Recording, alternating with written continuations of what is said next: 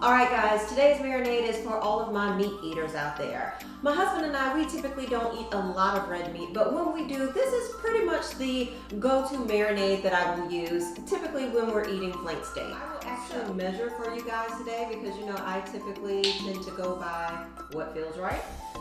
Pretty much all of my liquids are going to be a 1/4 cup. So we are going to start with some reduced sodium soy sauce. Then we are going to add some good quality Worcestershire, it's one of those, sauce. Oops.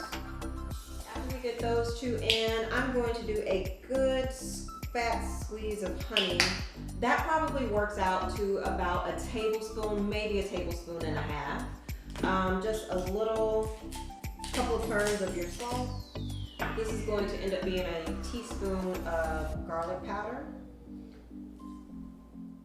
And then a teaspoon and a half of black pepper. And then with all of my marinades, do a 1/4 cup of extra virgin olive oil. And I forgot one ingredient, so let me grab it. So a good, these dried herbs that I showed you guys, I'm just adding 2 really good fat pinches of parsley in there.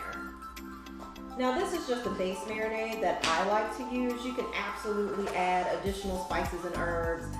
Sometimes I'll add rosemary, sometimes I'll add thyme to it, just kind of depending on what kind of mood I'm in.